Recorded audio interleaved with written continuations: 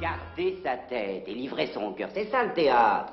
Moi, je peux peut-être vous expliquer, je sais pas moi, à ouvrir la bouche convenablement, à lancer une phrase, à faire sonner le mot, à marcher selon les règles, à vous asseoir en empereur ou en mendiant, des trucs que l'expérience a révélés payants.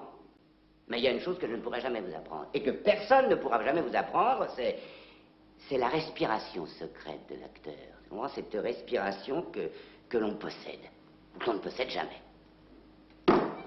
Attendez pas de moi que je fasse un miracle. C'est ça que je donne du génie à celui qui n'en a pas. Ah, ça, tout ce qu'un professeur peut vous apprendre ne sera jamais qu'un secret de fabrication. Et ça ne vous servira que dans la mesure où vous posséderez déjà cette matière première que l'on appelle le talent. Ah oui. Et il y a encore une chose que je voudrais ajouter. Dans ce métier, hein, tout pourra vous arriver. D'avoir faim, crever la misère, de vous battre contre du vent, sacrifier votre jeunesse et de vivre dans une désillusion constante. Et tout cela dans le but, si vous gagnez la partie, de distraire pendant 2 heures chaque soir une poignée de spectateurs. Rien d'autre. Alors, interrogez-vous. Et si vous doutez un seul instant que ce but vaille tous ces sacrifices, alors abandonnez. Bon. Par qui on commence aujourd'hui? Hervieux? Oui, monsieur. Tu as préparé une scène? Britannicus, acte 2, scène 3, Néron, génie. Bon, tu as ta réplique? Odette.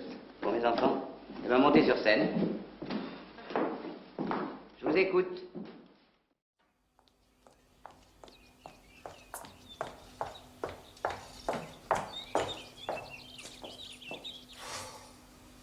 Personne. 7 heures de chemin de fer, 2 kilomètres à pied, par un soleil. Oh, je meurs de soif.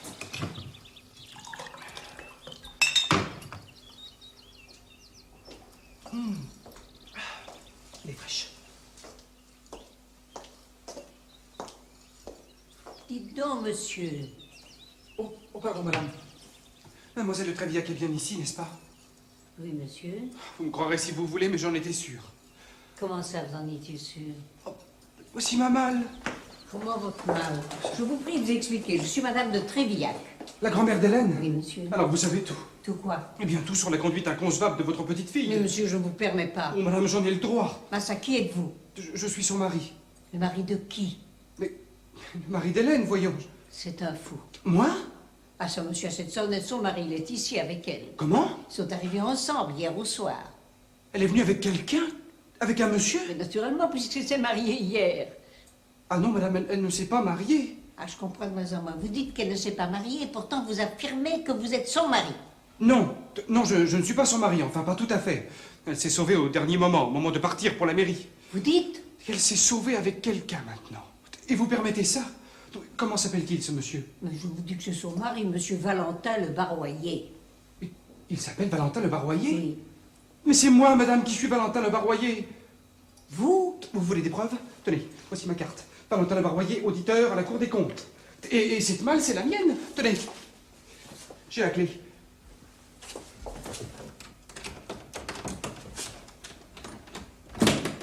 Vous voyez bien? Elle ouvre. Ah mon Dieu, qu'est-ce que c'est que cette histoire? Non, je peux même vous dire ce qu'il y a sur le dessus de la malle sans regarder. Il y a mon nécessaire, 2 douzaines de mouchoirs, 6 paires de gants, un melon gris et un chapeau de paille. Et ben voilà, et voilà, les mouchoirs, les gants, le nécessaire et les chapeaux. Tenez, celui-ci me va très bien. Et celui-ci aussi. Ils me vont parfaitement tous les deux. Oh, ah mon Dieu, ma tête se perd. Oh, je vais tout vous expliquer, madame, c'est très clair, malheureusement.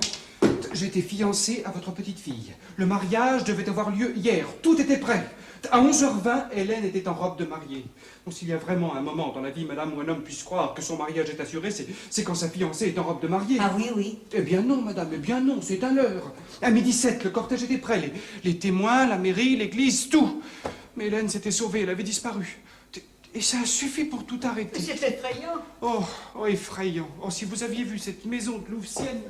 Enfin, madame, le gâchis, le ourvari, le scandale. Ça peut pas être vrai, ça peut pas être vrai. Nous voyons, madame. Pouvez-vous penser vraiment que j'arrive de Paris, que j'ai voyagé pendant 8 heures, que j'ai changé à Limoges? Oui, parce qu'on change à Limoges. Ah oui, on change à Limoges. Et que je sois venu jusqu'ici pour vous raconter une blague. Oui, vous avez raison. Si je suis venu, c'est que j'ai réfléchi qu'Hélène ne pouvait s'être réfugiée qu'ici. Je m'apprêtais à la raisonner, à la reprendre. lorsque j'apprends de vous qu'elle est arrivée avec un autre monsieur. Mais elle m'avait dit que c'était son mari. Mais alors qui est-ce? Dites-moi qui c'est. Mais comment voulez-vous que je le sache? Ah. Comment est-il? Oh, très bien, c'est affreux.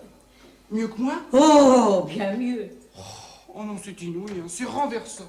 Là, le chocolat des mariés, ils sont réveillés. Allez, on porte ça à la cuisine. Oh, emporte.